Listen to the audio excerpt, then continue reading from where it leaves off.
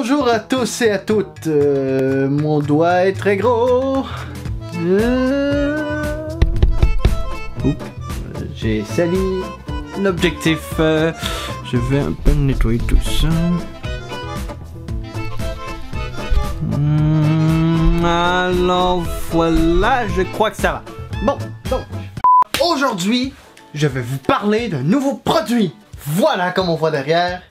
On va parler aujourd'hui du Canon M50. Bon, qu'est-ce qu'il y a à nous offrir ce Canon M50? Est-ce la caméra parfaite pour YouTube ou pas en même temps? On va voir ça tout de suite.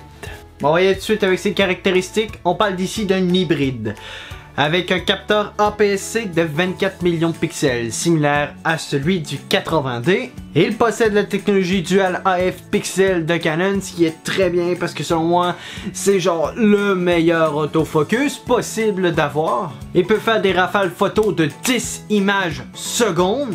On parle ici du nouveau processeur d'image Digic 8 de chez Canon.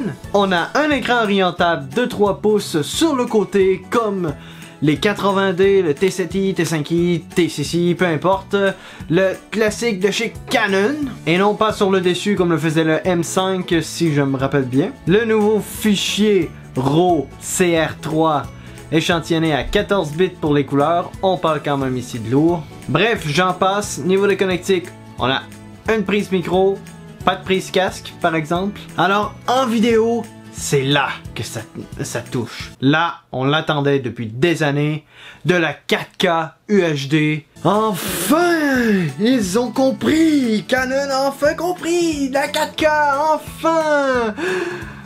Mais, j'y reviens. De la 1080p jusqu'à 60 images secondes et du 720p jusqu'à 720 images secondes. Compatibilité avec tous les objectifs Canon de type EF ou EFS, avec la bague d'adaptation vendue chez Canon. Maintenant, je reviens sur la 4K. Son petit problème. 4K en 25 images secondes. Et non, pas de 30 images secondes malheureusement, seulement 25 images secondes. Premier bémol, c'est un peu décevant. Tandis que tous les autres, comme Panasonic, comme par exemple ou Sony, le font tout au moins en 4K 30 images secondes. Là ici, Canon nous livre de la 25 images secondes seulement. Le gros point mort, parce que le 25 images secondes, ça peut se tolérer après tout. Parce que quand on fait des petites séquences, exemple cinématiques, on filme en 24 images secondes. Alors on peut quand même être un petit peu plus sérieux, puis quand même le mettre à 24 ou 25 images secondes, ça peut passer après tout. Mais non, le petit bémol, c'est que déjà, on est sur un capteur APS-C, on a un crop factor, on se ramasse à faut faire fois 1.6 sur la focale de notre objectif pour avoir l'équivalent full frame. Donc si on prend l'exemple d'un 10 mm, on va se ramasser à 16 mm. Mais ça va, on est encore sur du très grand angle à 16 mm. Alors c'est pas trop mal. En APS-C, ça se vit super bien. Mais non, le problème, c'est que cette 4K, elle est croppée sur le capteur APS-C. Elle n'utilise pas le capteur au complet. On a un crop factor plus important. Mais non, là on parle pas juste de 1.6 à 1.8. Ou à 2 x 2, comme les Panasonic, comme par exemple.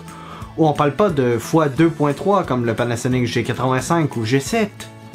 Non, on parle ici d'environ 2.6. Oui, vous avez bien compris, 2.6. Donc si on prend encore une fois notre exemple avec un objectif de 10 mm, on se ramasse avec un objectif de 26 mm. Mais c'est quoi cette arnaque? Alors pour vlogger avec exemple l'objectif 10-18 de chez Canon, ça peut passer. Mais limite, disons. Limite. Parce qu'on est habitué en vlog à avoir vraiment du grand champ de fou. Comme ici en ce moment, je suis extrêmement proche de l'appareil, mais on voit quand même autour de moi parce que il a un très grand angle. Heureusement en 1080p, nous n'avons pas ce crop factor, on a seulement le x1.6, donc on peut quand même vlogger en 1080p avec notre grand angle de psychopathe. Et l'autre petit bémol. Oh oui, parce qu'il fallait bien qu'il y ait d'autres choses. Bien évidemment! La technologie Dual AF Pixel est désactivée en 4K. Mais quelle idée! Bon d'accord, c'était peut-être beaucoup trop demandant pour le processeur de faire fonctionner la technologie Dual AF Pixel avec la 4K. Ils vont peut-être corriger ça avec d'autres appareils plus haut de gamme, comme par exemple si Canon a enfin compris où le marché en était pour les vidéastes, parce qu'on s'entend que cet appareil est plus concentré pour les vidéastes que pour les photographes. À mon avis, c'est pas mal l'idée. Comme selon moi, un peu tous les hybrides sont peut-être un petit peu plus consacrés pour les vidéastes que pour les photographes. Je crois que le bon vieux réflexe a toujours sa place chez les photographes selon moi. Donc, une fois ces trois défauts dits, un énorme crop factor en 4K, pas de dual AF pixels et seulement de la 25 images secondes, qu'est-ce qu'on fait avec cette 4K? Parce que ça reste après tout une excellente caméra de vlog selon moi. On possède quand même après tout en 1080p la technologie dual AF pixels. Donc, exemple pour vlogger, on s'équipe de cet appareil, un GorillaPod, on se met à vlogger avec notre M50, la petite bague d'adaptation pour mettre le Canon 10-18, on se ramasse avec notre grand angle de psychopathe, on se met à 1080p, exemple 60 images secondes, on fait notre vlog, let's go, tout, on n'a pas besoin d'une qualité de ouf, mais juste vraiment un excellent autofocus à ce moment. L'autofocus dual AF pixel va pouvoir toujours bien traquer sur le visage et tout. Du coup, on arrête un moment, on arrive à une place précise, on prend notre caméra, on la vire de côté, on active la 4K, let's go, on fait nos plans paysages tout en 4K, tout. Alors, on n'a pas besoin d'un autofocus de fou à ce moment. L'autofocus de détection de contraste devrait bien fonctionner à ce moment. Alors, on peut réussir à faire de beaux vlogs, je suis certain pareil. Alors, est-ce la caméra parfaite pour YouTubeur? Malheureusement non. Mais on pourrait dire une bonne caméra pour YouTubeur. Malgré ses quelques petits défauts, une 4K avec quelques petits problèmes.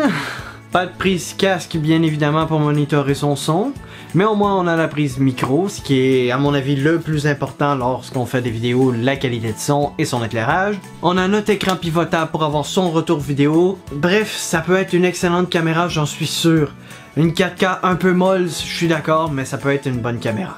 Bon, on sent que Canon là, a commencé à comprendre qu'est-ce que les vidéastes veulent avoir, et je crois que peut-être ici un an vont peut-être vraiment comprendre un modèle plus élevé. Exemple, un 90D, exemple, dans un prix plutôt raisonnable, peut-être un petit peu plus, un 80D, mettons, ça coûtait à peu près 1200$, ben peut-être, mettons, mettez-le à 1300 ou 1400$, un 90D avec justement les trucs qui lui manquent à ce M50, puis sérieusement, là, on aurait peut-être enfin ce qu'on recherche.